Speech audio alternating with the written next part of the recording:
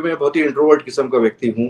अब तो शायद बीच का हो गया हूँ, बहिर्मुखी और अंतर्मुखी के बीच। चोटें तो काफी आई और मैं लगभग मरते मरते ही बचा। मुझे अच्छे से याद है कि उनकी एक प्रोसेस होती थी कि वो एक्टर का ईगो तोड़ते थे और उनकी एक सेंटेंस में 3 या 5 गालियां होती थी। तो पहले वो प्रोसेस नहीं समझ पाते हो आप, लेकिन धीरे धीरे समझ में आता है कि ये डेलिबरेटली किया जा रहा है कि एक एक्टर का ईगो तोड़ा जाए। एक बात एक शब्द में कही जा सकती थी या एक एक्सक्लेमेटरी भाव में कही जा सकती थी, उसके लिए इतना बड़ा वाक्य क्यों रचा गया होगा।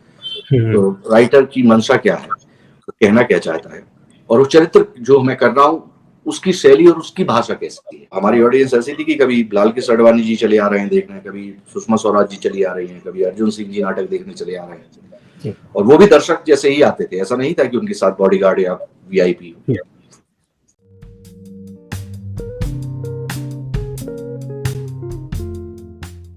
उलट खपड़िए, हमसे लड़ने की हिम्मत तो जुटा लोगे, पर कमीनापन कहां से लाओगे।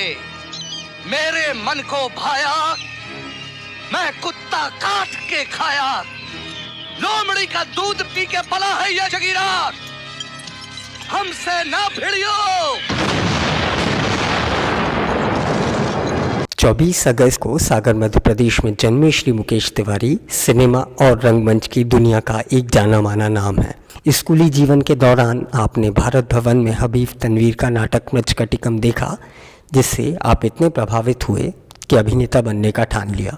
डॉक्टर हरि सिंह और विश्वविद्यालय में उच्च शिक्षण के दौरान आप रंगमंच में सक्रिय हुए और प्रोफेसर वी.डी. झा व आचार्य राधा वल्लभ जी त्रिपाठी के मार्गदर्शन में अभिनय करने लगे। अभिनय के प्रति ये रुझान आपको सन 1991 में राष्ट्रीय नाट्य विद्यालय ले गया, जहां आपने पंडित सत्यदेव दुबे, राम गोपाल बजाज, बाबा कारंत आदि मूर्धन्य विद्वानों के सानिध्य में रहकर अभिनय की बारीकियां सीखीं। सन 1994 से 97 तक आपने एनएसडी की रेपर्टरी कंपनी में प्रोफेशनल थिएटर किया। इस दौरान गिरीश कर्नाड द्वारा रचित नाटक अग्नि और बरखा आपके जीवन का एक टर्निंग पॉइंट साबित हुआ। बकौल श्री तिवारी इस नाटक के बाद ही उन्हें उनकी पहली फिल्म चाइना गेट मिली। ओमपुरी, अम्बरीशपुरी, नसीरुद्दीन शाह, डैनी आदि अभिनय के शलाका पुरुषों के समांतर श्री मुकेश तिवारी का निभाया गया किरदार जगीरा अमिट छाप रखे हुए है। इस फिल्म के लिए आपको बेस्ट डेब्यू एक्टर का जी सिने अवार्ड भी दिया गया। ऐसे जिंदा नहीं रह सकते सर, कोर्ट मार्शल कर दीजिए, नहीं तो एक चांस दीजिए। घर से बाहर तक जितना आंख उतना सवाल, और हमारे पास एक जवाब नहीं है सर।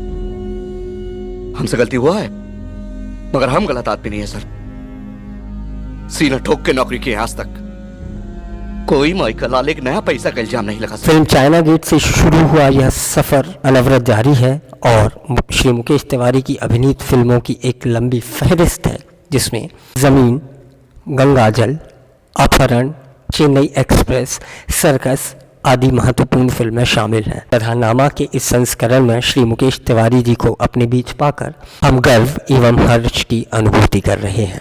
नमस्कार दोस्तों, आप देख रहे हैं प्रधाननामा की बेहद खास श्रृंखला मास्टर क्लास विद मास्टर्स, और आज हमारे साथ बातचीत करने एक ऐसे मास्टर हैं जिनको कुछ लोग वसूली भाई के नाम से जानते हैं, कुछ लोग जगीरा के नाम से जानते हैं, कुछ इंस्पेक्टर बच्चा यादव के नाम से जानते हैं, और हम सागर वाले बच्चे उन्हें मुन्ना चाचा के नाम से जानते हैं। तो मुकेश तिवारी जी जाने माने भारतीय अभिनेता एवं रंगकर्मी आज हमारे साथ बातचीत करने के लिए जुड़े हैं। सर, बहुत बहुत स्वागत है आपका हमारे इस शो पर। सर, हम इस बातचीत के क्रम को शुरू करें और आपकी मंडी हाउस से मुंबई तक की यात्रा पर पहुंचे। उसके पहले यदि आप गोपालगंज से जो मंडी हाउस तक की यात्रा रही, जिनमें आप रंगमंच सागर विश्वविद्यालय में और सागर में रहकर कर रहे थे, उसके बारे में हमें कुछ बताइए। दरअसल वो दौर वो था कि प्लेग्राउंड्स खत्म हो रहे थे, हॉकी खत्म हो रही थी, क्रिकेट का उद्भव हो रहा था, और हम जैसे लोगों को लगता था कि अभिव्यक्त करने के लिए कोई माध्यम एक चाहिए कि हमारे अंदर जो भावना है या जिस तरीके से हम सोचते हैं। तो स्कूल से वो यात्रा प्रारंभ हुई थी और पहली बार हमने एक बाल मेला, विज्ञान मेला में एक स्किट में पार्टिसिपेट किया था, और तब एक संभावना जगी थी, क्योंकि मैं बहुत ही इंट्रोवर्ट रहा हूं पहले। अब तो शायद बीच का हो गया हूं, बहिर्मुखी और अंतर्मुखी के बीच में। लेकिन तब स्कूल से वो एक आस जगी थी। और फिर मैंने जब 8th क्लास में था, तब मैंने हबीब तनवीर साहब का नाटक देखा था, मृच कटिकम। रंग परिषद का उत्सव हुआ करता था हर संभाग में, और उस नाटक से मैं हतप्रभ रह गया था कि मुझे लगा कि इस तरीके से भी कोई नाटक की प्रस्तुति हो सकती है। और वो मुझे इतना ग्रैंड और इतना वास्ट लेवल पे लगा कि मैं अभिभूत हो गया था। मैं कई रातों सो नहीं सका, और मुझे लगा कि शायद ऐसा कुछ मुझे करना चाहिए। और फिर धीरे धीरे आप पढ़ाई में लग जाते हैं, 11वीं पास होने में लग जाते हैं, विश्वविद्यालय आने की जद्दोजहद में रहते हैं। लेकिन विश्वविद्यालय में जो यूथ फेस्टिवल में जब पार्टिसिपेट किया फर्स्ट ईयर में बनारस में, तब पता चला था राष्ट्रीय नाट्य विद्यालय के बारे में, वह दूसरी यूनिवर्सिटी के छात्रों से। क्योंकि सागर में तब एक्सपोजर बहुत कम था, और राष्ट्रीय नाट्य विद्यालय जैसी चीजों को हम जानते ही नहीं थे। तो तब उन छात्रों से जिस तरीके से इंटरेक्शन हुआ, छात्रों से बात हुई, तो पता चला 3 साल का कोर्स है और बहुत ही मुश्किल होता है उसमें सिलेक्शन में। तो फिर एक मंदीबंद एक तैयारी तो शुरू कर दी थी, मन में एक कसक थी कि नहीं यार एनएसडी जाना है, लेकिन मैं अपने आप को कैपेबल नहीं पाता था उस तरीके से तैयारी कैसे हो। लेकिन टचवुड तब सागर विश्वविद्यालय में स्वर्गीय डॉक्टर विवेक दत्त झा थे, और दूसरा राधा वल्लभ त्रिपाठी संस्कृत विभाग के अध्यक्ष थे, और उनके सानिध्य में आया विष्णु पाठक जी थे। तो विष्णु पाठक जी का दखल दरअसल नृत्य विधा में ज्यादा था, लोक नृत्य में, लेकिन नाट्य को समझने के लिए डॉक्टर विवेक दत्त झा और डॉक्टर त्रिपाठी, इनसे काफी कुछ गाइडेंस मिला, क्या पढ़ना चाहिए, क्या ड्रामेटर्जी पढ़नी चाहिए, किस तरीके के नाटक पढ़ने चाहिए। तो और वे वाकई में निष्ठांत गुरु की भूमिका में थे, और उनकी रंग समझ हमसे कई गुना ज्यादा थी। और उन्होंने कुछ पुस्तकें हमें बताई, हमें उनसे कहा कि आप नटरंग पढ़िए। और सागर विश्वविद्यालय की लाइब्रेरी इस मामले में बड़ी प्रगल्भ है, और यदि आप ढूंढना चाहें तो दुनिया की कोई भी किताब वहां पर उपलब्ध है। बस आपके पास दृष्टि और आपकी इच्छा शक्ति होनी चाहिए कि मुझे ऐसी किताब चाहिए। और जब मैंने नाट्य और ड्रामेटर्जी का सेक्शन मैंने जब तलाशा, तो मुझे आश्चर्य हुआ कि विश्व की चुनिंदा लाइब्रेरी में से एक लाइब्रेरी है जिसमें हर साहित्यकार, हर नाटककार, नाटक की विवेचन करने वाले, नाटक का रंगकर्म का विवेचन करने वाले, भरत मुनि के नाट्यशास्त्र का, स्टेनिस्लावस्की का, ब्रेख्ट का, ग्रोटोवस्की का, जिसका भी आप कहें। और सो मैंने काफी पढ़ाई की, और जैसे तैसे फॉर्म भरा। तब फॉर्म भरना भी एक बड़ी मुश्किल सी प्रक्रिया हुआ करती थी, और उसको डाकघर से भेजा गया, और मुझे उम्मीद नहीं थी कि फॉर्म एक्सेप्ट होगा, लेकिन फॉर्म एक्सेप्ट हो गया। और लेकिन मेरा पहली साल में सिलेक्शन नहीं हुआ, और क्योंकि मुझे इतनी पढ़ाई के बाद भी एक प्रैक्टिकल, कहीं ना कहीं टर्मिनोलॉजी ऑफ थिएटर, उसका अभाव मुझे लगा। और जैसे इम्प्रोवाइजेशन, उन्होंने कहा इम्प्रोवाइज करके दिखाओ, तो मैं चुप रह गया। और जब दूसरे लोगों ने किया तो मुझे लगा नहीं, ये तो मुझे आता है, और आई परफॉर्म। लेकिन दिक्कत यही होती है कि आप उस परिवेश में नहीं रहते हैं, और वो कॉन्फिडेंस नहीं डेवलप होता है। तो मैं मानता हूँ, शुक्रगुजार भी हूँ कि पहली बार में मेरा सिलेक्शन नहीं हुआ। और जब हम लौटे तो हमने अपनी प्रैक्टिकल चीजों पे ज्यादा ध्यान दिया। हमने पूरी एक वोकैबुलरी तैयार करी, एक ड्रामेटर्जी जिसको कहते हैं, वो बहुत इंपॉर्टेंट पार्ट होता है। और खुद को मैंने टटोलना शुरू किया, जो शाइनेस थी, जो एक झिझक थी, जो कहीं एक अपने आप अंदर ही अंदर कसाव महसूस करता था, उस सबको मैंने तोड़ना शुरू किया। और आई स्टार्टेड सागर विश्वविद्यालय की दृश्य श्रव्य विभाग के पीछे एक स्टेज है, वहां मैं रात को 9-10 बजे तक स्पीच की प्रैक्टिस करता था। सो सेकंड बार में मेरा सिलेक्शन हो गया। तो ये एक यात्रा है, लेकिन उसके पीछे मुझे लगता है कि अपनी पहचान का एक संघर्ष था, क्योंकि तब सागर विश्वविद्यालय में चुनाव होते थे, छात्रों की पहचान उससे भी होती थी, लेकिन खेलकूद खत्म हो रहा था, लेकिन रंगमंच जीरो था, ऑर्केस्ट्रा की बड़ी इज्जत थी। और तब नहीं सोचा था हमने कभी भी कि हम डॉक्टर या इंजीनियर बनेंगे, हमें लगा था हमें रंगकर्मी करना है। तो उसकी संभावना सिर्फ राष्ट्रीय नाट्य विद्यालय में प्रशिक्षित होके ही की जा सकती थी। और जी। यही यात्रा है। जब आप ये कह रहे थे कि उस एक साल में आपने बहुत कुछ प्रैक्टिकल चीजों को समझने की कोशिश की, तो जाहिर है आप जैसे इम्प्रोवाइजेशन का जिक्र कर रहे हैं या और भी कई सारी आपने तैयारी की होगी, महज पढ़ के शायद आप एनएसडी नहीं पहुंच पाते। तो जो यंग व्यूअर इसको देखेंगे उनके लिए भी आप थोड़ा सा विस्तार में बताएं कि उस एक साल में आपने क्या कुछ तैयारियां की होंगी। देखिए, सबसे पहले तो हमने अपने फिजिकल मूवमेंट्स पे काफी काम किया जी। और क्योंकि सिर्फ लोक नृत्य सीखना पॉसिबल नहीं था, थिएटर में एक बॉडी लैंग्वेज की जरूरत होती है। और दूसरा, हमने चुनिंदा नाटकों की, जो कि विश्व के क्लासिक्स माने जाते हैं, उन चुनिंदा नाटकों के स्पीचेस निकाली और उस स्पीचेस को अपने हिसाब से हमने तैयार किया और मैं झा साहब को दिखाता था, झा साहब को सुनाता था और झा साहब उसमें परफॉर्मेंस ऐड करते जाते थे और उससे फिर एक चरित्र की समझ भी आने लगी।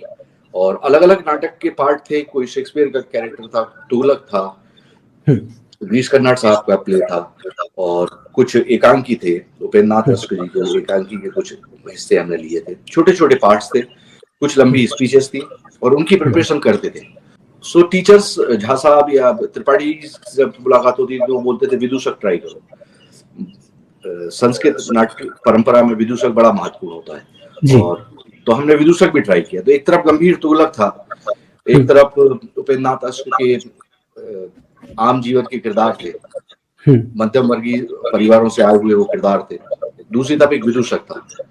तो शेक्सपियर का कहीं हेमलेट था, सो कहीं त्रासदी थी, कहीं एक सुखांत की थी, कहीं एक राजा की दुविधा थी तुगलक की और कहीं एक आम व्यक्ति का संघर्ष था। तो इस तरीके से अलग अलग चरित्रों को आत्मसात करने का अवसर मिला और समझ भी बढ़ी कि जब आप पढ़ते हैं तो बात अलग है, लेकिन जब उसको आप परफॉर्म करते हैं तो बिल्कुल आमूलचूल परिवर्तन उसमें हो जाता है। वो समझ मेरी एक साल में डेवलप हुई और निरंतरता थी पठन में, पाठन में, कि लगातार मैं नाटक पढ़ रहा था और मुझे समीक्षाओं ने बहुत हेल्प की और खासतौर पर नटरंग ने बहुत हेल्प की मुझे, जिस तरीके से नाटकों की समीक्षाएं आती थी और अलग अलग समीक्षक उसको, एक ही नाटक को अलग अलग दृष्टिकोण से देखते थे, अलग अलग इंटरप्रिटेशंस को देखते थे। तब मुझे समझ में आया कि एक नाटक को करने का एक ही तरीका नहीं हो सकता है जी। वो आपके अपने इंटरप्रिटेशन पे, अपने अधिनिरूपण पर निर्भर करता है कि आप उसको कंसीव कैसे करते हैं, आप उसको ग्राह्य कैसे करते हैं।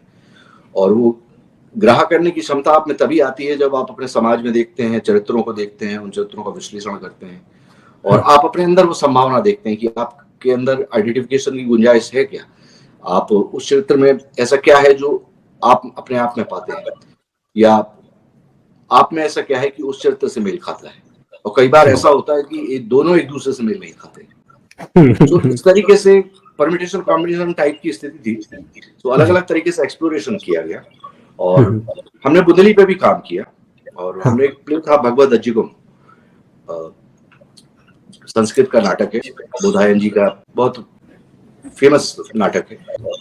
तो उसमें हमने महिला पात्र भी किया कि एक संभावना ये भी देखते हैं कि यदि अपने पास्ट में, यदि पूर्व में जब महिला कलाकार उपलब्ध नहीं होते थे तो जब एक पुरुष ही महिला का अभिनय किया करते थे तो वो कैसे किया करते होंगे और उसमें बिना कोई लाग लपेट के वो औरत की सहजता, वो गंभीरता, उस चरित्र के अंदर की गहराई, वो सबको लाना, सिर्फ एक मिमिक्री ऑफ औरत या फीमेल को नहीं करना था।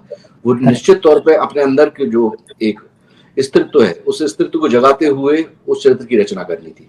तो ये ऐसी प्रोसेस रही और उस दौरान काफी कुछ सीखने मिला और कहाँ सांस लेनी चाहिए, कहाँ पॉज लेना चाहिए और कैसे आपकी डिक्शन आपका कितना साफ होना चाहिए, कितना प्रोजेक्शन होना चाहिए। तब मुझे नहीं पता था कि आपकी पिच और वॉल्यूम में कितना अंतर होता है, तो वो बारीकियां समझी कि पिच अलग होती है, वॉल्यूम अलग होता है। तो लो पिच में रहते हुए हाई वॉल्यूम में बोलना और इसके विपरीत जाना कि हाई पिच में लो वॉल्यूम, हाँ वो, तो इस तरीके से अलग अलग संभावनाएं थी। फिर म्यूजिक लगा के, तब टेप रिकॉर्डर का जमाना था, तो म्यूजिक लगा के हम बॉडी मूवमेंट्स काफी किया करते थे और उपलब्ध भी था उस तरीके से। तब नया नया एक तरीके से एमलगम ऑफ म्यूजिक पैदा हो रहा था, फ्यूजन नया नया आ रहा था तब, तो वो उद्वेलित भी करता था, ऊर्जा भी देता था, कल्पनाशीलता भी खोलता था, और एक झिझक, और जो आप अपने आप से एक पर्दा लगा के रखते हैं, हर व्यक्ति एक पर्दे में ही होता है कि वो वैसा दिखाता है जैसे वो दिखना चाहता है, दरअसल वो वैसा होता नहीं। तो लेयर्स ऑफ लेयर्स और लेयर्स, करोड़ों लेयर्स हैं एक इंसान के अंदर, और वो जितनी धीरे धीरे खुलती जाती हैं, आप सहज और सरल होने लगते हैं। तो वो 1 साल का प्रोसेस था। तो नेक्स्ट टाइम मैं गया राष्ट्रीय नाट्य विद्यालय, और उस बार मुझे लग रहा था कि हो जाएगा, और जिस तरीके से चयनकर्ताओं के रिएक्शन थे वो सब थे। 6 बजे लिस्ट देखी तो सबसे ऊपर मेरा नाम था। जब आप ये पूरी जर्नी बता रहे हैं तो मुझे वो नसीहत याद आ रही है कि मुन्ना एक्टर बनने हैं तो ट्रेनिंग लेके बनियो, जो बाई ने आपको दी थी, आप एक इंटरव्यू में जिक्र कर रहे थे। तो यदि मेरी जानकारी ठीक है तो आप 1991 में राष्ट्रीय नाट्य विद्यालय पहुंचे थे। हाँ, 91, 92, 92, 93, 93, 94, 94 पास आउट जी। तो उस समय पर एनएसडी की डायरेक्टर कौन थे और कौन से शिक्षक थे जो वहां पर आप लोगों को ट्रेन कर? तब हमारी director of national school of drama हमारी टीचर डॉक्टर कीर्ति जैन थी, और फैकल्टी में रॉबिन दास थे, अनुराधा कपूर जी थी, राम गोपाल बजाज साहब थे, देवेंद्र अंकुर जी थे, और भी कई, मतलब ऐसे है कि जो शायद नाम विस्मृत हो रहे हैं, लेकिन एक बहुत शानदार फैकल्टी थी। और बॉडी मूवमेंट के लिए खालिद जी थे, और डिजाइनिंग के लिए थे, लाइटिंग के लिए अशोक भगत जी आते थे, और सुरेश भारद्वाज जी थे, और मूवमेंट के लिए सुरेश शेट्टी जी थे, और म्यूजिक के लिए रत्ना बी थी, और बी रत्ना वो हमें म्यूजिक पढ़ाती थी, निभा जोशी जी थी, रीटा कोठारी जी थी, और एक लंबी फहरिस्त थे। और जो आमंत्रित फैकल्टी होती थी जो प्ले कराने के लिए आते थे, उसमें बीएम शाह जी थे, आदरणीय बाबा कारन जी थे, बंसी कौल जी थे, भानु भारती जी थे, मोहन महर्षि जी थे, और अलग अलग फैकल्टी अलग अलग तरीके से हमको साउंड में हमारे अलग वो थे। सो इस तरीके से बृहद, और हम लोगों को जो कारपेंट्री सिखाई जाती थी वो गुरुजी थे, तो उनको हम गुरुजी ही बोलते थे, शर्मा जी को। सो उन्होंने काफी कुछ सिखाया, क्योंकि हमें एक एक जोड़ अलग अलग किस्म के होते हैं, वो भी काटना पड़ती थी लकड़ी, और लाइटिंग भी करना पड़ती थी। तो एक टोटलिटी में वो कोर्स होता है, और सेकंड ईयर से फिर आप स्पेशलाइज लेते हैं। तो मुझे लगता है कि बहुत ही लकी रहा हूं मैं कि इतनी शानदार फैकल्टी मिली, इतने शानदार शिक्षक मिले। हाँ, मैं जिक्र करना चाहूंगा कि पंडित सत्यदेव दुबे भी थे, जो कि एक मुंबई से कई बार हम लोगों के आग्रह पे आए थे पढ़ाने के लिए, और उनसे काफी कुछ सीखने मिला। क्योंकि मुझे अच्छे से याद है कि उनकी एक प्रोसेस होती थी कि वो एक्टर का ईगो तोड़ते थे, और उनकी एक सेंटेंस में 3 या 5 गालियां होती थी। तो पहले वो प्रोसेस नहीं समझ पाते हो आप, लेकिन धीरे धीरे धीरे धीरे समझ में आता है कि ये डेलिबरेटली किया जा रहा है, कि एक एक्टर का ईगो तोड़ा जाए, क्योंकि एक एक्टर बहुत अपने आप में ईगो रख के चलता है, और ईगो उसका सबसे बड़ा दुश्मन भी होता है, वो उसको चरित्र के निकट नहीं आने देता है। सो दुबे जी का प्रशिक्षण बहुत काम आया। नसीर सर थे, नसीर सर क्लासेस लेने आते थे, और कभी कभी अनुपम जी मीटिंग के लिए आ जाते थे, उनसे मुलाकातें होती थी। इब्राहिम अलकाजी के साथ काम करने का सौभाग्य तो नहीं मिला, लेकिन जब हम रेपर्टरी में थे तो तब इब्राहिम अलकाजी ने अपनी एक संस्था खोली थी वहां पे, तब उनके नाटक देखने का अवसर मिला था। और जब मैं फर्स्ट ईयर में था तब इब्राहिम अलकाजी ने रेपर्टरी के साथ 3 नाटक किए थे, रोमियो जूलियट और 2 अन्य नाटक। उनको देख के लगा था कि इब्राहिम अलकाजी किस किस्म के शिक्षक रहे होंगे, क्यों उनके सारे स्टूडेंट्स हैं वो इतने पॉलिश्ड होकर निकलते हैं, जीवन का सलीका वो सीख जाते हैं, और जीवन जीने की शैली भी अलकाजी समझाते थे कि सिर्फ ऐसे सांस लेना ही जीवन नहीं है, उसको सलीके से जीना, एक एस्थेटिकली जीना बहुत महत्वपूर्ण है। अच्छा, पंडित सत्यदेव दुबे जी का जिक्र कर रहे थे, मुझे बहुत हाल ही में ये जानकारी मिली कि वो भी कुछ समय सागर विश्वविद्यालय में रहे, मास्टर्स डिग्री उन्होंने की थी। मैं इंग्लिश में उन्होंने एमए किया हुआ था यहाँ से। जी। और बहुत कम लोगों को पता है कि एक बहुत बड़े प्लेराइट हैं, मोहन राकेश जी के बाद उनका नाम लिया जाता है, सुरेंद्र वर्मा जी, और सूर्य के अंतिम किरण से पहली किरण तक बहुत ही उनका लोकप्रिय नाटक है, और काफी अच्छे नाटक उन्होंने रियलिस्टिक लिखे हैं। मोहन राकेश जी के बाद यदि भारतीय यथार्थवाद पे बात होती है नाट्य के ऊपर, तो सुरेंद्र वर्मा जी भी सागर विश्वविद्यालय के पढ़े हुए हैं और वो लिंग्विस्टिक में थे। और पंडित सत्यदेव दुबे मूलतः तो मध्य प्रदेश के थे, बिलासपुर के, लेकिन उन्होंने एमए यहाँ से किया था और उनकी बर्नार्ड शॉप है बहुत कमाल की पकड़ थी। और जितने अच्छे वो अंग्रेजी के नाटकों को समझते थे उससे कहीं ज्यादा समझ उनकी हिंदी नाटकों की, मराठी नाटकों की थी। और बहुत फ्लुएंटली मराठी भी बोलते थे वो। और उनके जीवन का सपना था क्रिकेटर बनना, लेकिन वो क्रिकेटर नहीं बन पाए, उनका कोई एक्सीडेंट हो गया तो वो फिर रंगकर में आ गए। और वे मुझे लगता है कि विश्व के कुछ एक शिक्षकों में से एक थे। वे अमरीश पुरी साहब के भी टीचर रहे हैं। अमरीश पुरी जी को थिएटर में लाने का श्रेय नहीं जाता है। और अमरीश जी, मैं उनके साथ अमरीश जी से भी मिला हूँ और अमरीश जी उनके सामने बैठते भी नहीं थे, खड़े ही रहते थे, जबकि वो अपने चरम पे थे अपनी लोकप्रियता के, अपने कैरियर के। लेकिन वो जो गुरु के प्रति जो आदर होता है वो रंगकर में ही सिखा सकता है। और मैं एक बार दुबे जी के साथ उनसे किसी होटल में मिलने गया था, तो मैंने देखा कि अमरीश सर उनके सामने बैठे भी नहीं। उन्होंने बहुत ही शानदार प्ले नसीर सर और रत्ना पाटिल जी के साथ किया था। डियर लायर उनका बहुत फेमस प्ले है और उनके लिए सारे एक्टर बराबर ही होते थे। यदि फिल्म में आपने जो भी आपकी लोकप्रियता है, आप स्टार हैं, वो स्टारडम आपको उनके जब परिसर में या उनके जो रिहर्सल परिसर है उसमें आप जब आप प्रवेश करते थे तो वो चोला उतार के आना पड़ता था, नहीं तो वो चोला अपनी गालियों से उतार देते। अच्छा, ये जो दो नाम आपने लिए, एक तो बज्जू भाई राम गोपाल बजाज साहब और दूसरा पंडित सत्यदेव दुबे जी, ये दोनों साफ उच्चारण और एक अच्छी स्पीच, इन पर बहुत ज्यादा फोकस किया करते थे। तो यदि कुछ स्मृत हो उनकी शिक्षा की स्पीचेस को लेकर, यदि आपको ध्यान हो हमारे साथ आप बिल्कुल है। बजाज सर की क्लासेस बड़ी महत्वपूर्ण हुआ करती थी और वे कविताओं के थ्रू डिक्शन पे काम करते थे और वे मीटर का बहुत बड़ा ध्यान रखते थे। यदि उनके प्लेस देखे जाएं, कैदे हयात उन्होंने एक नाटक निर्देशित किया था, एक प्ले उन्होंने स्कूल में निर्देशित किया था, उसका नाम था चारवाक। चारवाक एक हमारी दर्शन परंपरा में एक रहे हैं कि ऋणम कृत्वा घृतम पीवेत, कि ऋण लीजिए और घी पीजिए और जब तक आप जीवित रहेंगे सुखम जीवेत। तो वो उस परंपरा से आते हैं जहां वो सारी परंपराएं तोड़ देते। तो चारवाक उन्होंने किया था नाटक। कैदे हयात मुझे बहुत अच्छे से याद है।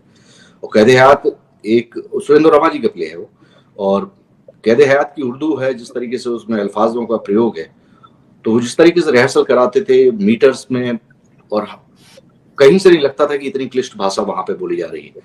और मुझे उनकी एक्सरसाइज बहुत अच्छे से याद है कि वे हमें दिनकर जी का रश्मि रथी पढ़ाया करते थे। अच्छा। और बोलते थे कि अपने हिसाब से इसका अभ्यास करो और उन शब्दों को अपना बनाओ, उनकी ध्वनियों को समझो, उसकी मात्राओं को समझो, अनुसार अनुनासिक को समझो, और यदि तुम उसके करीब पहुंचाओगे तो अर्थ अपने आप आने लगेगा। बिल्कुल। इसका सिर्फ वो पाठ नहीं करना है कि जैसे आप टिपिकल कविता पाठ किया जाता है, इसको अपना बना के बोलो, क्योंकि फिर एक रास्ता आने लगती है जब आप कविता पाठ, उसकी मोनोटोनी जिसको हम कहते हैं, तो you have to break that monotony. तो बजाज सर का बड़ा आग्रह होता था कि उन शब्दों को समझो, तो उस परिवेश को समझो, उस काल में जाओ, ऑटोमेटिकली आपकी आवाज में वो थिरकन आने लगेगी, वो ओज आने लगेगा, वे भाव आने लगेंगे और एक नए अर्थ की संरचना होगी, एक नया अर्थ रचा जाने लगेगा। तो उनकी वो एक्सरसाइज बहुत महत्वपूर्ण है। तो आज भी मैं किसी टेक्स्ट पे काम करता हूँ तो सबसे पहले मैं उसको अपना बनाता हूँ कि उसका एक भाव क्या है, उसका अर्थ क्या है, उसकी मात्राएं क्या कह रही हैं, उसका मीटर क्या कह रहा है। वो जो एक बात एक शब्द में कही जा सकती थी या एक एक्सक्लेमेटरी भाव में कही जा सकती थी, उसके लिए इतना बड़ा वाक्य क्यों रचा गया होगा। तो राइटर की मंशा क्या है, तो कहना क्या चाहता है, और वो चरित्र जो मैं कर रहा हूँ उसकी शैली और उसकी भाषा कैसी है। तो जब आप देखते हैं कि हालांकि सिनेमा में उतना संभव नहीं है, फिर भी प्रयास होता है कि हर व्यक्ति की भाषा अलग अलग हो, हर व्यक्ति की शैली अलग अलग हो, और उस शैली से पता चलता है कि वो किस परिवेश से आता है, उसका क्या स्टेटस है, उसकी क्या मनोदशा है और क्या उसका मंतव्य है।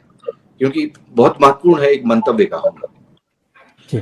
वो चरित्र का एक मंतव्य तो होगा, क्योंकि हर व्यक्ति का एक मंतव्य है, एक इच्छा है, एक चाह है, एक वांट है, वो वांट उसकी दिखनी चाहिए।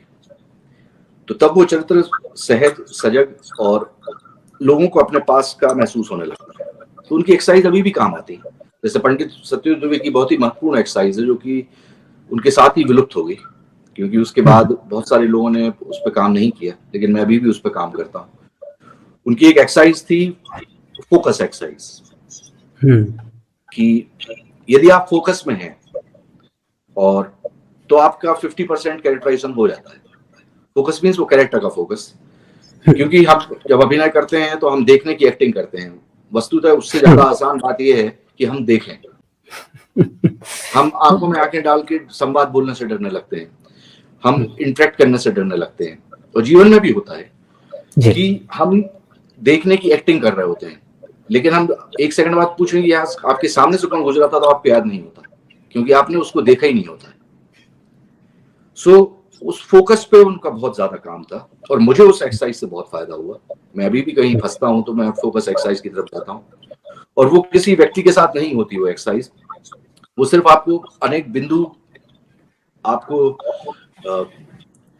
इसी वातावरण में 2 बिंदु खोजना है। वो दीवार भी नहीं होगी, बिल्कुल शून्य में 2 बिंदुओं की कल्पना करना है और उस 2 बिंदुओं के बीच आप फोकस, उसका आपका फोकस होना चाहिए। और वो उसमें नाटक या भावपूर्ण चीजों का संवाद नहीं रखते थे। वो कई बार संपादकीय ले लेते थे और उसमें बोलते थे कन्विंस करो अब ये बात, बिना किसी एक्टिंग के, बिना किसी उतार चढ़ाव के, 2 फोकस के बीच ये कन्विंस करो और तुम्हारा मंतव्य ये है कि तुम ये बताना चाहते हो कि मुझे एक्टिंग नहीं आती है। अद्भुत, कमाल। तो उन दोनों पॉइंट्स पे हमें बात करना होती थी और वो पॉइंट्स धीरे धीरे अलग अलग होते जाते थे। फिर वो एक फोकस है, सेकंड फोकस है, वो थर्ड फोकस भी आ जाता था, फिर 5 फोकस आ जाते थे, फिर बैक पीछे का फोकस है। यदि आप पीछे कोई खड़ा उसके पीछे फोकस कर रहे हैं तो आपकी आवाज कैसे बदल जाएगी। यदि फोकस जिस पे फोकस है आपका वो 1 किलोमीटर दूर है तो आपकी आवाज की तीव्रता कैसी होगी। बिल्कुल आपके निकट कोई व्यक्ति है तो आपकी आवाज कैसी होगी। सो वो अपने आप में एक अभिनय, कंसंट्रेशन, फोकस, आवाज, उतार चढ़ाव, इमेजिनेशन, सबको मिला के वो एक्सरसाइज थी। और फिर एक पॉइंट ये आता था कि वो 2 फोकस है, इसमें एक माँ होती थी, एक पिता है आपके, और उनको आप कन्विंस कर रहे हो कि मुझे एक्टिंग नहीं आती, और स्पीच बोल रहे हो आप जनसत्ता की संपादकीय, उसमें कोई भाव नहीं है। और वहां से तर्क आ रहा है कि नहीं आती है तुम्हें एक्टिंग, और फिर मैं बता रहा हूँ कि मुझे क्यों नहीं आती है, उस संपादकीय के तहत मुझे वो भाव डाल के बताना है। कमाल है।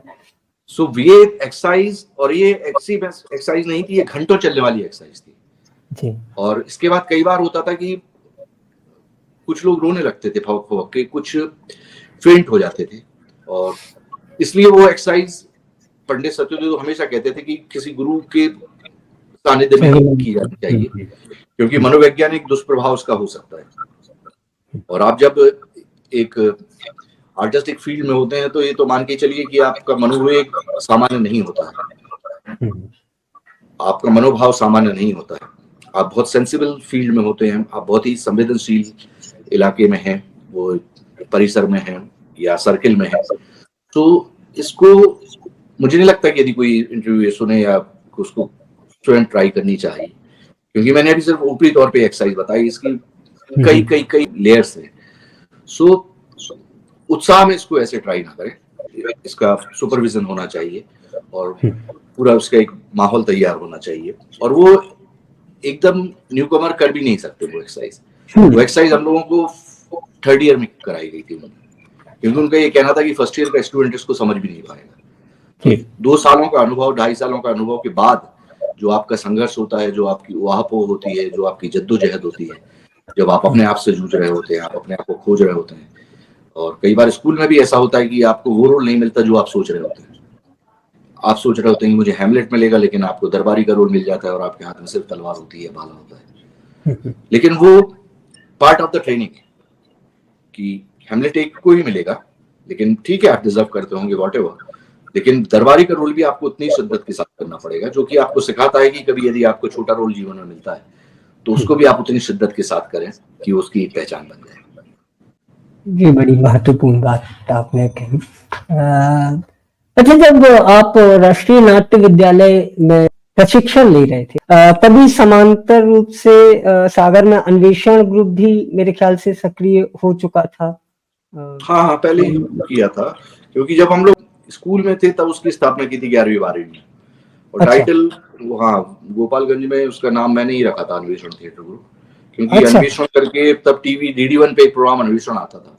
जी। तो वो अन्वेषण का मुझे तब मतलब नहीं पता था, लेकिन मैंने अपने शिक्षक से पूछा था, हिंदी वाले, कि अन्वेषण का अर्थ क्या होता है। तो उन्होंने बताया था खोज।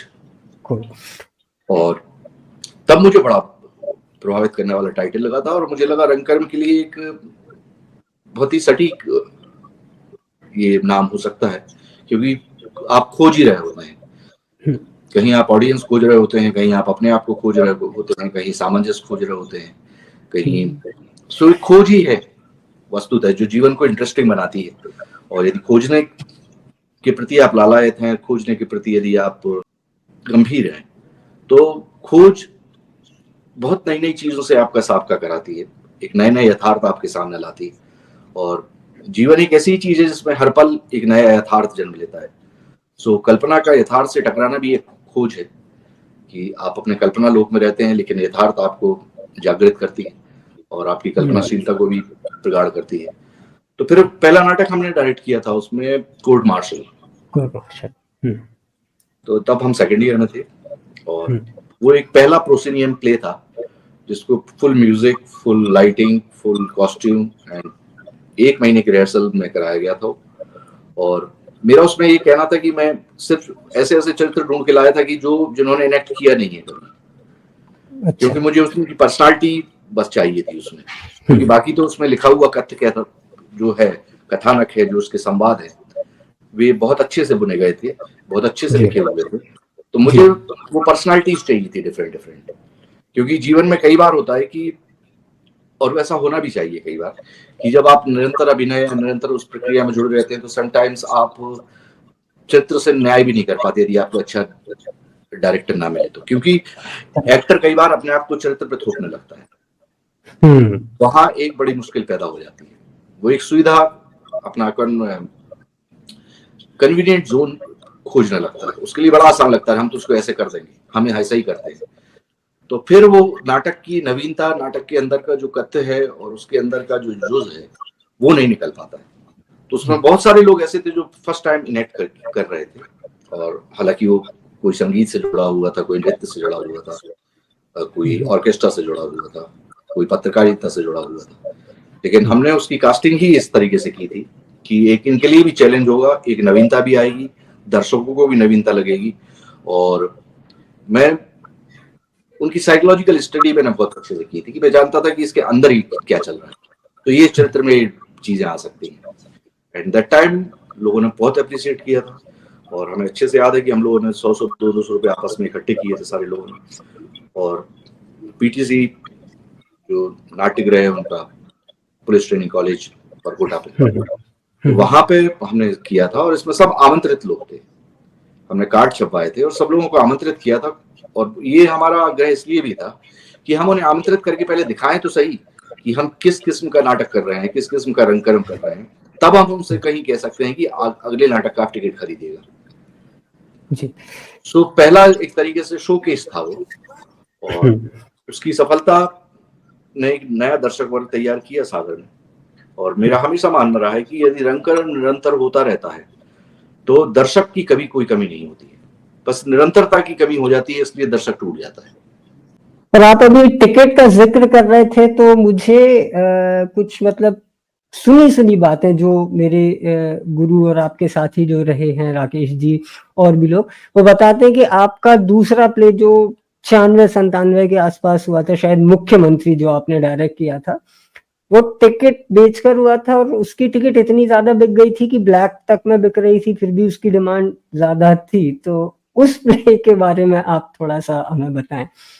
हाँ, मुख्यमंत्री किया था जी, और बहुत इच्छा थी, क्योंकि मैं बहुत ही मुझे निकट लग रहा था, और आज भी वो बहुत ही यदि कॉन्टेम्परेरी है, आज भी उतना ही उसकी महत्ता है, आज भी वही सब कुछ घटित हो रहा है।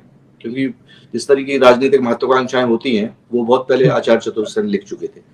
या जैसे महाभोज जैसी कोई आप चीज पढ़ते हैं तो महाभोज आज भी घटित होता है। राग दरबारी यदि आप पढ़ते हैं तो राग दरबारी आज भी ऐसा लगता है कि कहीं आसपास ही घटित हो रहा होगा।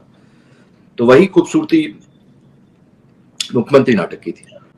लेकिन मुख्यमंत्री का रियलिज्म एक डिफरेंट किस्म का रियलिज्म था और कोर्ट मार्शल का एक यथार्थ अलग किस्म का था। और मुख्यमंत्री का कैनवास बहुत बड़ा था, लेकिन मैं उसको कम स्पेस में करना चाहता था कि जैसे सब कुछ एक छोटे से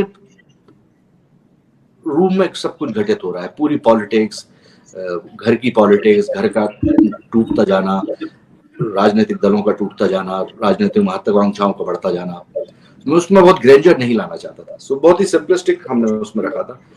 और लेकिन मैं अभी भी मानता हूं कि उसके अंदर अभी भी बहुत, यदि अभी मैं डायरेक्ट करूं तो मुझे कम से कम 3 या 4 महीने लगेगा उसको, क्योंकि मैं उतनी लेयर्स नहीं दे पाया था।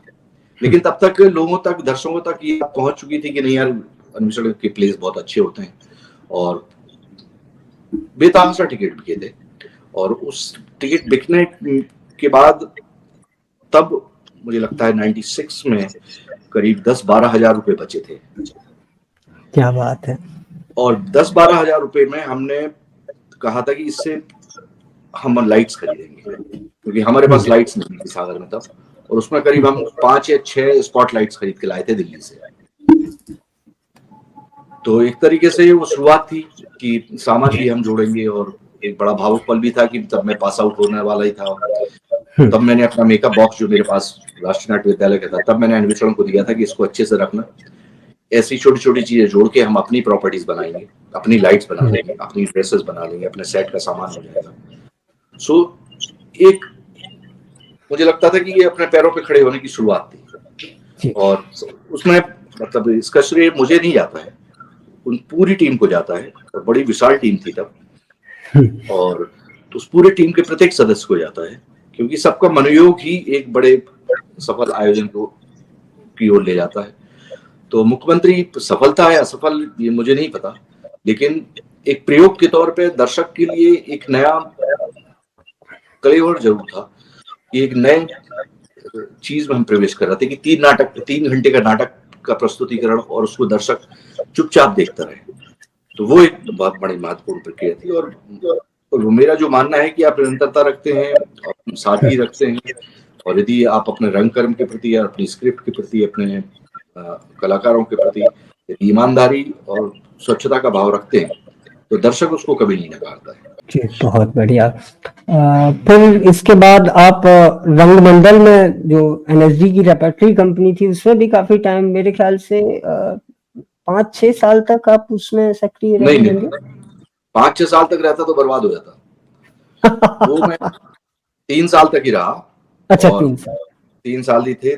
और रियली मैंने, जैसे मैंने कहा ना कि सिर्फ पढ़ के बात अलग होती है। राष्ट्रीय नाट्य विद्यालय में पढ़ते पढ़ते प्रशिक्षण लेते समय बहुत सारी गलतियां माफ होती हैं, लेकिन जब आप प्रोफेशनल थिएटर ग्रुप में आ जाते हैं, जहां दिल्ली की क्रीम ऑडियंस आपको देखने आती है, और मतलब हमारी ऑडियंस ऐसी थी कि कभी लाल किशोर आडवाणी जी चले आ रहे हैं देखने, कभी सुषमा स्वराज जी चली आ रही हैं, कभी अर्जुन सिंह जी नाटक देखने चले आ रहे हैं। और वो भी दर्शक जैसे ही आते थे, ऐसा नहीं था कि उनके साथ बॉडीगार्ड या वीआईपी। थर्ड बेल तक उनको बैठना जरूरी होता था। यदि थर्ड बेल के बाद वो आते थे तो उनसे हाथ जोड़ के हम लोग प्रार्थना कर लेते थे, अब आप प्लीज कल आइए। तो रंग कर्म का उस तरीके डिसिप्लिन, अनुशासन है। लेकिन मुझे बहुत बड़ा एक्सपोजर मिला राष्ट्रीय नाट्य विद्यालय रंगमंडल में तब, क्योंकि राष्ट्रीय नाट्य विद्यालय के जितने सीनियर एक्टर्स थे वो सब जा चुके थे, उनके 6 साल पूरे हो चुके थे, और हम लोग बिल्कुल नए आए थे। और तब 10 नाटक थे, उसमें से करीब 7 नाटकों में मैं प्रमुख भूमिका करता था। और कुछ ऐसे नाटक भी थे जिनमें छोटी छोटी भूमिकाएं थी, लेकिन वो फर्स्ट ईयर में देखा हुआ था। कर्मा वाली था, भीष्म सानी का मुआवजे था।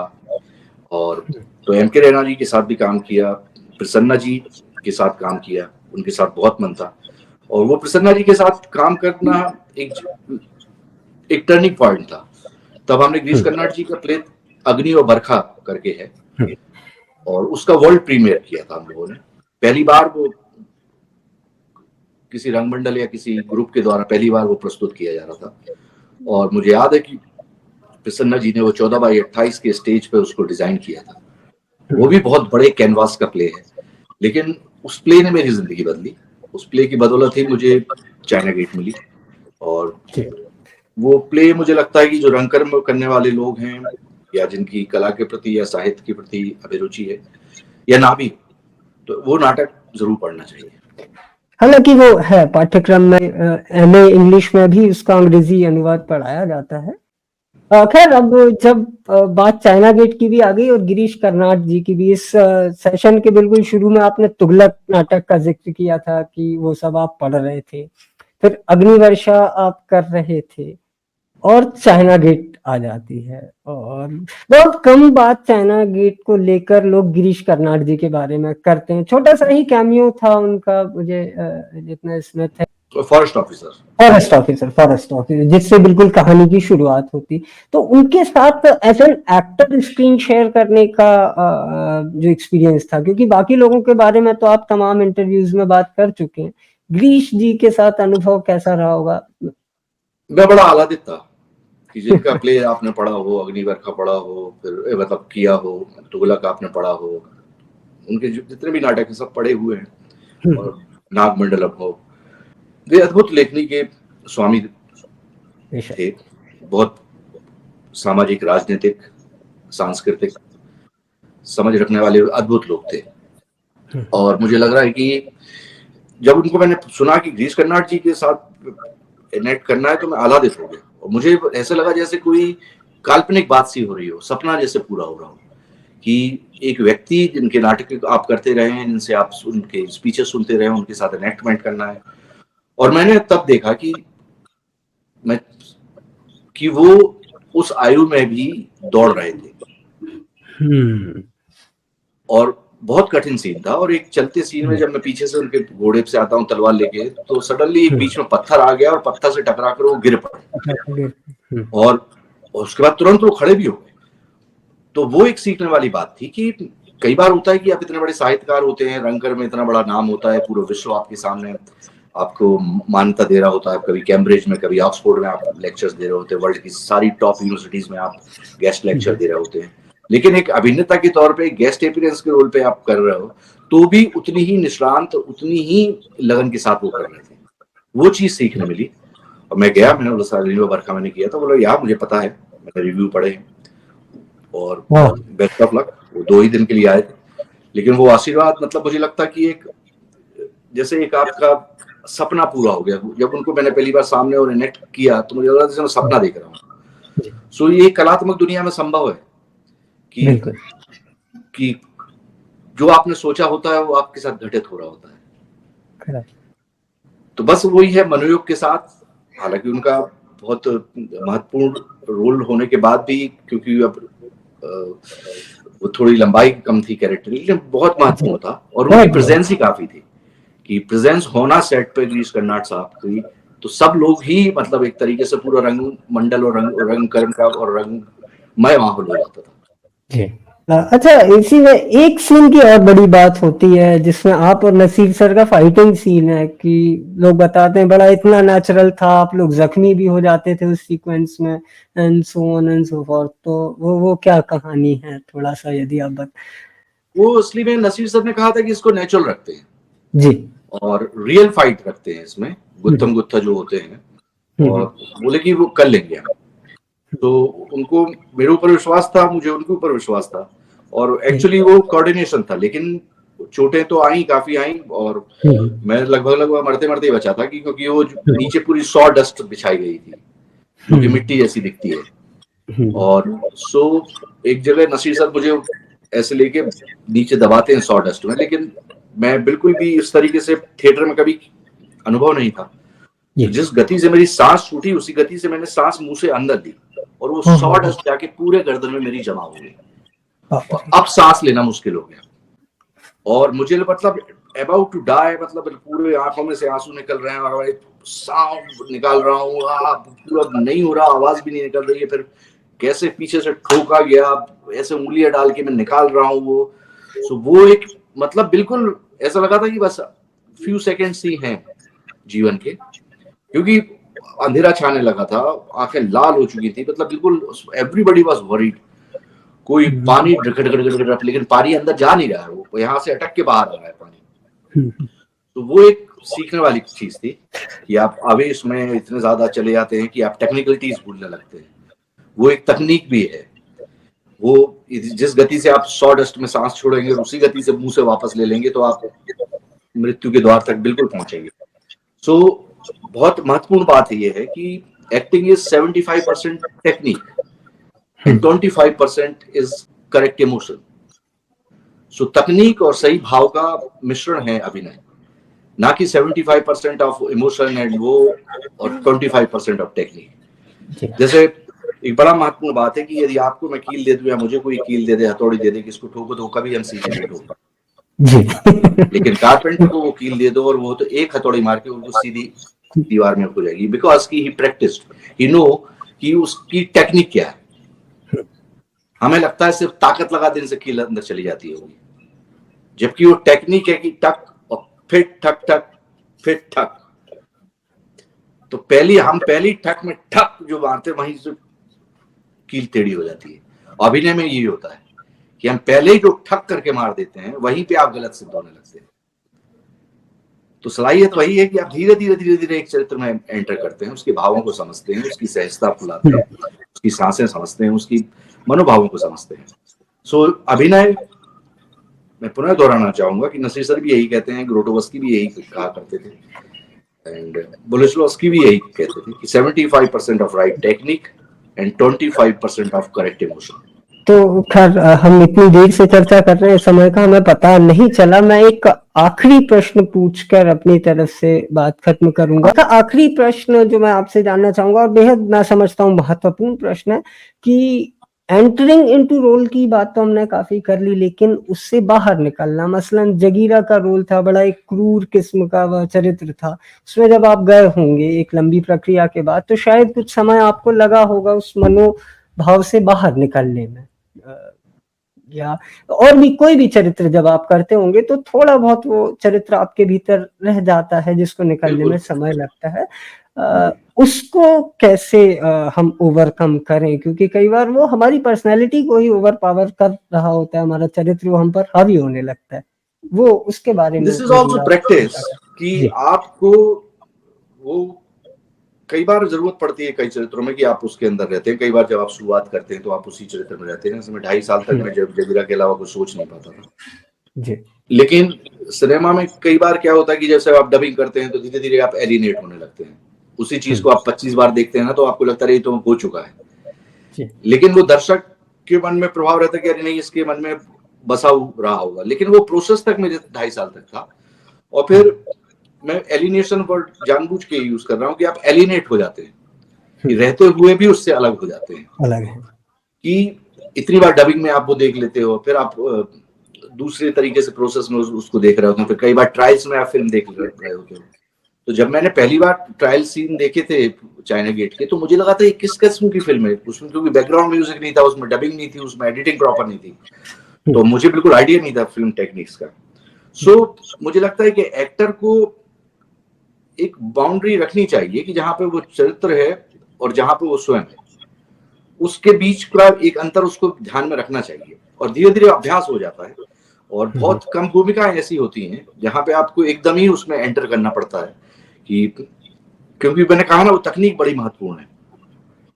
कि कई बार क्रूरता दिखाने के लिए, कई बार आपको असभ्य दिखने के लिए, कई बार आपको बहुत ज्यादा विलेनियस दिखने के लिए, या कई बार बहुत सज्जन दिखने के लिए वो तकनीक का इस्तेमाल बहुत महत्वपूर्ण करना पड़ता है। और वो करेक्ट इमोशन ढूंढना बहुत जरूरी होता है।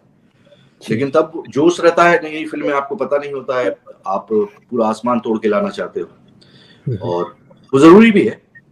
लेकिन उसके लिए एक सदा हुआ निर्देशक बहुत आवश्यक है कि वो आपको कितनी परकाया प्रवेश की कितनी इजाजत देता है, और उस परकाया प्रवेश से बाहर कैसे लेके आता है।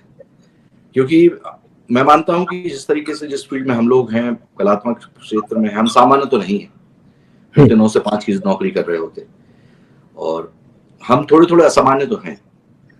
और यदि हम बिल्कुल सामान्य तरीके से सोचने वाले होते तो शायद कला में कभी नहीं आ पाते। क्योंकि जितना आप चरित्र से जूझ रहे होते हैं उतना ही अपने आप से जूझ रहे होते हैं। जितना आप मुंशी प्रेमचंद्र गोदान पढ़ते हुए उसके चरित्रों से जूझ रहे होते हैं, या कफन पढ़ते हुए उसके चरित्रों की द्वंद्व आपका द्वंद्व बन जाता है। उनकी पीड़ा आप कैसे दूर कर सकते हो, और आप अलग ही दुनिया में रहते हो। मान लो आप कोई संगीत सुन रहे होते हो, पहाड़ पे बैठे हैं, तो कई बार मेरे साथ होता है कि मैं 6 घंटे तक मुझे पता ही नहीं चलता मैं कहाँ बैठा हूँ। वो आपकी अपनी कल्पना लोक होता है, वो आपकी दुनिया होती है जहाँ पे आप रच रहे होते हो चीजें। सो करते करते वो आने लगता है। और मेरा हमेशा मानना रहा है कि निर्देशक की बात सुनी जाए, और बहुत ज्यादा अपने भाव, अपनी भावुकता उस चरित्र में डाल दोगे तो चरित्र कभी भावुक नहीं दिखेगा। कई बार हम अपना किरंदर उस चरित्र में डालने का प्रयास करते हैं। जैसे कई बार देखा होगा कि यदि चरित्र हंसते हुए बोल रहा है तो ऑडियंस कभी नहीं हंसती है। यदि चरित्र जानबूझ के रोने का प्रयास कर रहा है तो ऑडियंस की आंख में कभी आंसू नहीं आते देखते हुए। बिल्कुल। यदि वो चरित्र आंसू रोकने की कोशिश कर रहा है तो वो आंसू ऑडियंस की आंख से निकल जाते हैं। तो इस कंट्रास्ट को करते करते समझ में आने लगता है कि अपनी एक अभिनेता की वेदना को चरित्र की वेदना मत बनाइए, एक अभिनेता की फ्रस्ट्रेशन को चरित्र का फ्रस्ट्रेशन मत बनाइए। उस चरित्र का द्वंद्व ढूंढना पड़ेगा, उस चरित्र का फ्रस्ट्रेशन ढूंढना पड़ेगा। बिल्कुल। तो सर हम बिल्कुल बातचीत का आखिरी दौर में हैं। यदि आप कोई और संदेश सागर वालों को या जो नए कलाकार हैं उनके लाने दे वो चाहो तो वो, और आप जैसा कहते, नहीं तो फिर हम जो सेशन इतने खत्म कर रहे थे। नहीं, बस हमें तो बस ये है कि रंगकर्म के प्रति जो सहृदय का भाव उनका है उसको रखें, दर्शक के तौर पे भी देखते रहें, जो रंगकर्म करना चाहते हैं उनको सराहें। असफलता की कसौटी पे कलाकार को या छात्र को या किसी भी विषय का छात्र उसको ना उस पे तौलें, क्योंकि जिंदगी भी महत्वपूर्ण है, जिंदगी के रंग भी बहुत महत्वपूर्ण है। सफलता असफलता क्षणिक है, और मुझे लगता है कि वो सिर्फ मार्कशीट में आए हुए जो नंबर्स हैं वो जीवन के प्रथम पड़ाव में ही साथ आते हैं।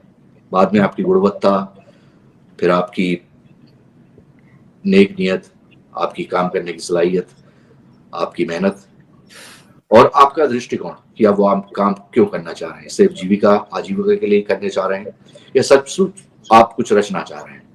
जैसे कुछ आईएएस ऑफिसर्स होते हैं जो महज आईएएस ऑफिसर नहीं होते हैं, वे समाज सुधारक भी होते हैं, वे साहित्यकार भी होते हैं, समाज की नब्ज भी समझते हैं और अपना बहुत कुछ लेके जाते हैं। कुछ डॉक्टर्स होते हैं सिर्फ पैसा कमाने के लिए इलाज नहीं करते हैं, लेते हैं फीस लेकिन जिंदगी संवार के चले जाते हैं, जीवन जीने की शैली समझाते हैं। कुछ शिक्षक होते हैं, निश्चित तौर पे आजीविका एक महत्वपूर्ण प्रश्न है लेकिन वो जीवन का दर्शन समझा के आपको चले जाते हैं। हो सकता है आपके घर पे काम करने वाली या बर्तन मांजने वाली या कपड़े धोने वाली, जैसे मुझे याद है मेरे घर के सामने रहती थी, हम लोग उनको माई कहा करते थे, तो उनका संघर्ष हमें सिखाता था। हम उनके साथ, उनके गधे के साथ हम तालाब तक चले जाते थे। तो वो जीवन के नए चरित्रों से आप रूबरू हो रहे होते हैं, तो हर व्यक्ति कुछ ना कुछ आपको सिखा रहा होता है। सो सफलता असफलता के माध्यम से प्लीज लोगों का ना तोलें, जजमेंटल ना बने। सबकी अपनी अपनी खुसूसियत है, सबकी अपनी खासियत है, सबके अपने एक रंग है, सबका अपना एक सुर है, सबकी अपनी एक शैली है और वही शैली उनकी पहचान है और उस मौलिकता को हमें बने रहने देना चाहिए। सो कला को सराहें, अपने शहर को सराहें, स्वच्छ बनाएं अपने शहर को और एक रिस्पॉन्सिबल नागरिक की तरह हम लोग जिए। और ये मैं कोई पॉलिटिकल स्टेटमेंट नहीं दे रहा हूँ, ऐसा मैं महसूस करता हूँ कि जब कभी इंदौर जाता हूँ तो लगता है कि मेरे प्रदेश का नगर देश का सर्वश्रेष्ठ स्वच्छ नगर है, तो गर्व होता है। तो मित्रों, आप थे श्री मुकेश तिवारी जी, मशहूर फिल्म अभिनेता एवं रंगकर्मी, और मैं उम्मीद करता हूं कि आपको इस मास्टर क्लास से जरूर कुछ नया सीखने मिला होगा। सर, हम बहुत बहुत आभारी हैं कि आप हमारे साथ जुड़े और इतनी महत्वपूर्ण बातें आपने हमें बताई, क्राफ्ट की बारीकियों से हमें परिचित कराया। बहुत बहुत धन्यवाद। और मैं उम्मीद करता हूँ आपको भी बात करके थोड़ा बहुत अच्छा लगा होगा। मैं शूटिंग पे जाना था मुझे, इसलिए मैं थोड़ा सा थक भी गया हूँ क्योंकि मैं बहुत कम बोलने वाला व्यक्ति हूँ, और लेकिन आप से बहुत समय से जुड़ाव है, बहुत समय से वो है। हालांकि मैं बहुत बचता रहता हूँ कि मैं अपने विषय में ज्यादा बेटर है, क्योंकि अभिनेता का काम बोलना चाहिए, अभिनेता बोला तो क्या बोला। बिल्कुल। तो बहुत बहुत धन्यवाद सर। और आपको यदि ये बातचीत, आप सभी को यदि ये बातचीत पसंद आई है तो इस वीडियो को लाइक जरूर कीजिएगा और जुड़े रहें हमारे साथ। ऐसे ही किसी शख्सियत से हम फिर आपको रूबरू कराएंगे। बहुत बहुत धन्यवाद। Thank you sir. Thank you.